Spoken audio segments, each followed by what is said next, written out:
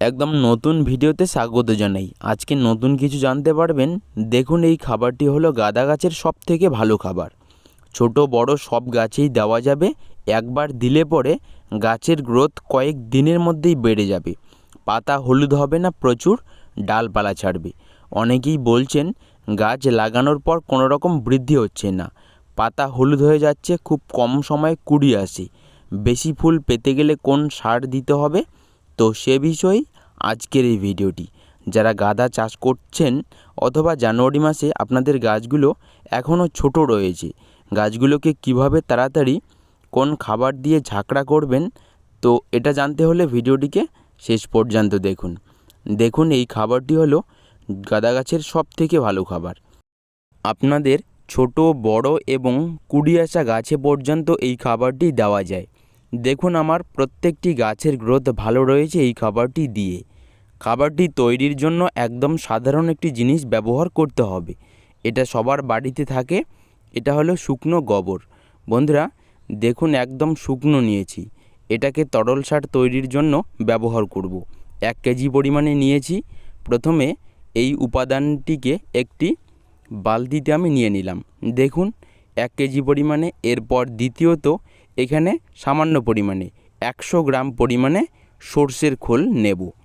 তো সর্ষের খোল কম পরিমাণে নিতে হবে, 100 গ্রাম নিয়ে নিলাম। এরপর যেহেতু এটা তরল সার তৈরি হবে, এর জন্য জল দিতে হবে। আমি এখানে 10 লিটার নর্মাল জল দিয়ে দেব।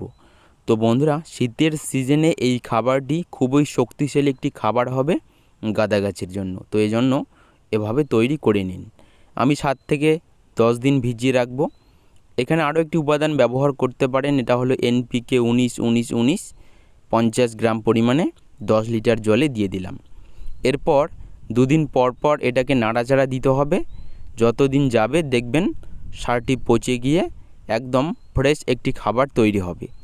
এই খাবারটি যদি এখন গাঁদা গাছে দেওয়া যায়, 7 থেকে 10 দিনের মধ্যে আপনাদের গাছের গ্রোথ পাল্টে যাবে। দেখুন, এখানে যে শুকনো গোবরগুলো নেওয়া হয়েছিল এখনও শক্ত রয়েছে। তো এরকমই গোবর ব্যবহার করতে হবে, কাঁচা গোবর কখনোই নেবেন না। এই তরল সারের মধ্যে দ্বিতীয়ত আমি কোনো রকম নর্মাল জল ব্যবহার করতেছি না। প্রথমেই পর্যাপ্ত পরিমাণে জল দিয়ে ভিজিয়ে রেখেছি। তো দেখুন, এখন আমার এই গাছগুলোতে দিতেছি। গাঁদা গাছগুলো লাগানোর 10 দিন পর থেকেই এই তরল সারটি প্রত্যেক সপ্তাহে 1 দিন করে দিতে পারেন। ছোট বড় এবং কুড়ি আসা গাছেও এই সারটি ব্যবহার করা যাবে। গাঁদা গাছ এরকম নর্মাল খাবারেই দ্বিগুণ গ্রোথ নিয়ে বৃদ্ধি হয়। এটা অত্যন্ত ভালো একটি খাবার। আমি এই খাবারটি কিন্তু আমার এই গাছগুলোতে প্রত্যেক সপ্তাহে দিয়ে থাকি। তো বন্ধুরা, এই খাবারটি দিলে পরে এক্সট্রা করে সর্ষের খোল পচানো জল ব্যবহার করতে হবে না। এই খাবারটিতেই প্রথম থেকেই আপনারা সর্ষের খোল নিয়ে ভালো করে তৈরি করে নেবেন। এটা আমি দিয়ে দেখুন, আমার গাছগুলোর ছোট বড় সবগুলোরই কিন্তু গ্রোথ ভালো রয়েছে। দ্বিতীয়ত, গাঁদা গাছের পাশাপাশি শীতের সিজনে গোলাপ গাছ এবং জবা গাছেরও কিন্তু এই খাবারটি ভালো কাজ দেবে। গাঁদা গাছের গ্রোথ বৃদ্ধির পাশাপাশি গোলাপ গাছেরও গ্রোথ দ্বিগুণ হবে, নতুন পাতা ছাড়বে এই সারটি দেওয়ার ফলে। এটাও প্রত্যেক সপ্তাহে 1 দিন করে দিতে পারেন গোলাপ এবং জবা গাছে। অনেকেই ভাবছেন শীতের সিজনে জবা গাছে কোন খাবারটি দিয়ে গাছকে ভালো রাখা যাবে। তো আমি বলবো এই সারটি দিয়ে যান, দেখবেন সুন্দর গ্রোথ হবে, প্রচুর কুড়ি আসবে। প্রত্যেক সপ্তাহে দিতে হবে।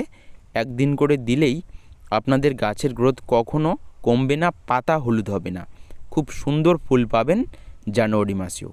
তো বন্ধুরা, এই সারটি দেওয়ার ফলে ধীরে ধীরে দেখুন গাছগুলোর কী পরিমাণে গ্রোথ আসতেছে। তো এই নিয়মেই আপনারা এই খাবারটি তৈরি করে 1 মাস পর্যন্ত স্টোর করে রাখতে পারবেন এবং 1 মাসে 2 থেকে 3 বার এই খাবারটি দিয়ে যান, প্রচুর ফুল ফুটবে।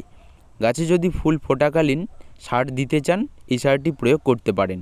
এতে কোনো রকম ক্ষতি হবে না। তরল সারের পাশাপাশি এইখানে NPK সার মেশানো রয়েছে। গাছের ফুলের সাইজ দ্বিগুণ হবে এবং প্রত্যেকটি ফুলেই ফুটবে, কোনো রকম কুড়ি নষ্ট হবে না, দেখবেন এর রেজাল্ট। তো ধন্যবাদ, এই ছিল ভিডিও।